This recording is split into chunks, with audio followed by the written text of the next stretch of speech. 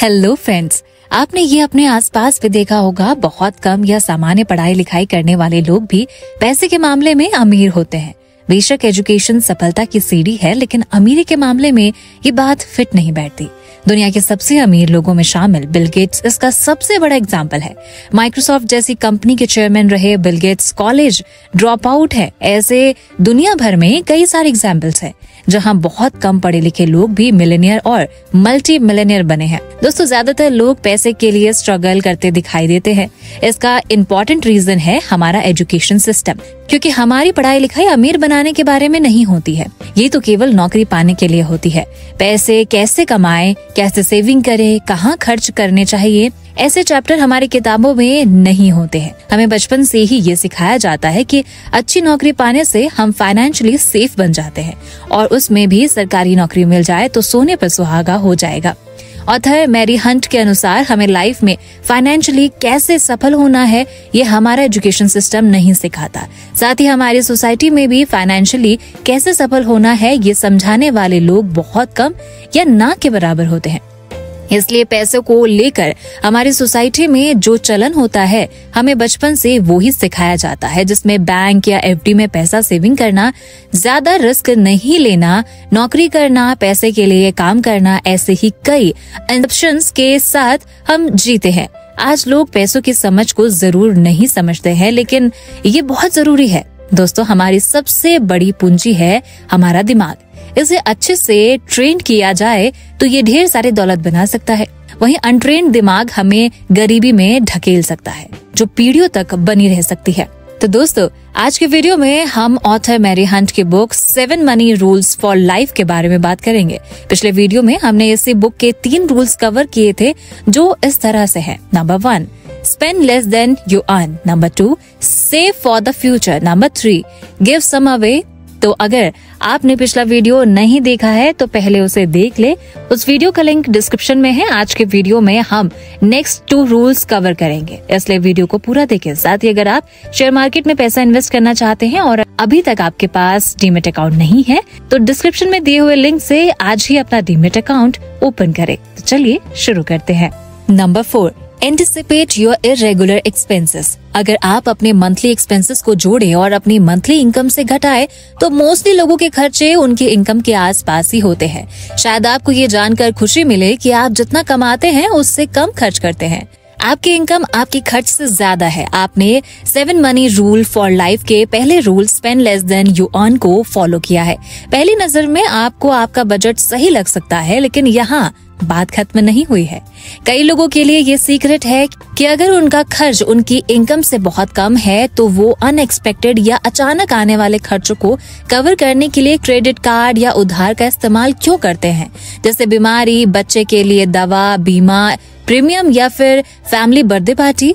दोस्तों, ज्यादातर लोग बिना सोचे समझे ये मान लेते हैं कि उनके जरूरी खर्च वे हैं जो वे हर महीने चुकाते हैं, लेकिन सभी जरूरी खर्चे जैसे रेंट, ग्रोसरी बिल्स और कार लोन पेमेंट की तरह सिस्टमैटिकली नहीं आते हैं। और इसलिए इस बुक में रूल 4 है, इरेगुलर खर्चों का अनुमान लगाएं, फिर उसी के अनुसार तैयारी करें। रेगुलर खर्चे हम हर महीने पे करते हैं, इसलिए आमतौर पर समस्या नहीं होती है। समस्या इरेगुलर और अनएक्सपेक्टेड खर्चे हैं। रूल 4 का पर्पस है इरेगुलर और यहाँ तक कि अनएक्सपेक्टेड खर्चों के लिए उसी तरह से प्लानिंग बनाना जिस तरह से आप उन खर्चों के लिए बजट बनाते हैं, जिनके बारे में आप हर महीने अच्छे से जानते हैं। लेकिन अगर ये खर्च इरेगुलर या अनएक्सपेक्टेड है, तो आप उनका अनुमान कैसे लगा सकते हैं?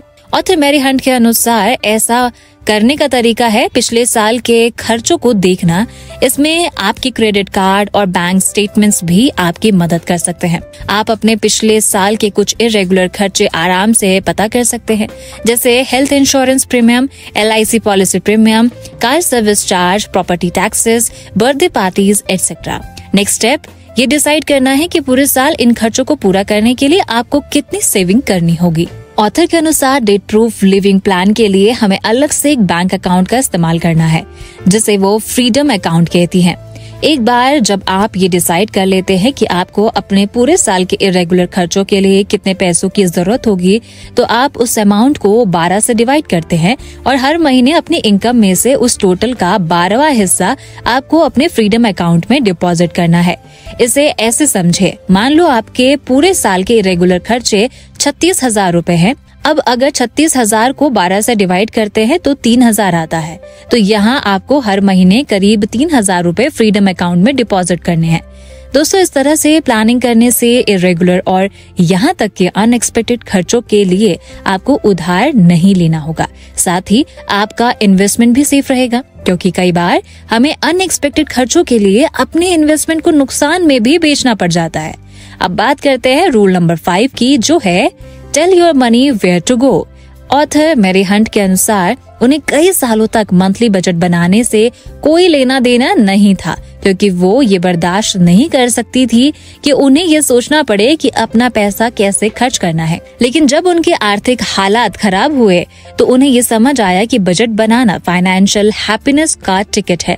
उन्हें अभी भी ये वर्ड पसंद नहीं है, इसलिए उन्होंने इसे रूल 5 से बदल दिया। दोस्तों, जब हमें अपने सपनों का घर बनाना होता है तो हम एक रोड मैप या ब्लूप्रिंट तैयार करते हैं। उसी तरह एक स्पेंडिंग प्लान या बजट हमें बताता है कि आप फाइनेंशियली कहाँ हैं और आप जहाँ होना चाहते हैं वहाँ कैसे पहुँचे। सरल शब्दों में, एक स्पेंडिंग प्लान एक कागज की शीट होती है जिस पर आप अपने आने वाले महीने के लिए अपनी इनकम और खर्चों को लिखते हैं। आप कुछ भी खर्च या किसी को ये पैसा देने के पहले प्लान बनाते हैं। एक अच्छा प्लान आपके सारे जरूरी खर्चों को कवर करता है। आपकी मंथली इनकम का एक हिस्सा rule number 2 save for the future को पूरा करेगा और कुछ हिस्सा rule number 3 give some away के लिए कड़ी मेहनत करेगा। इसमें से कुछ पैसा आपके लाइफ में बैलेंस लाएगा।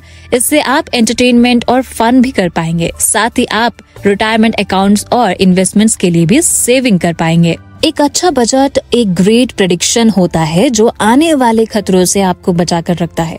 खर्च करने की प्लानिंग का पर्पस आपको कंजूसी की लाइफ में धकेलना नहीं है, बल्कि जरूरत से ज्यादा खर्च करने से रोकना है, जो आपको कर्ज में गिरने से बचाए रखेगा। ये शायद ही कभी मायने रखता है कि आप क्या ज्यादा खर्च कर रहे हैं, जैसे बाहर खाना, एंटरटेनमेंट, कपड़े, महंगे मोबाइल या कार।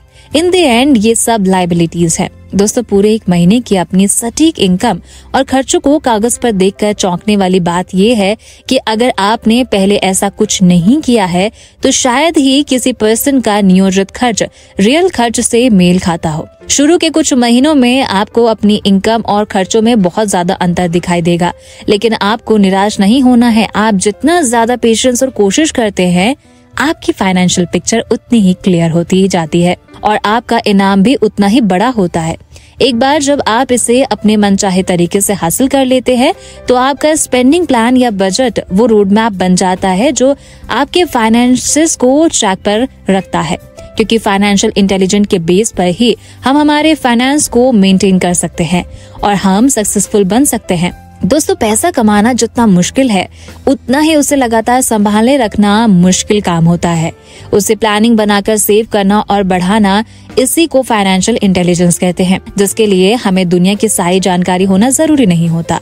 और हाँ, अमीर बनने के लिए बहुत ज्यादा पढ़ा लिखा होना भी जरूरी नहीं होता। इसके एग्जाम्पल देखे तो हेनरी फोर्ड हो या धीरू भाई अंबानी, इन्होंने बहुत ज्यादा पढ़ाई लिखाई नहीं की थी, मगर उन्हें पैसे कैसे कमाना है ये अच्छी तरह से मालूम था।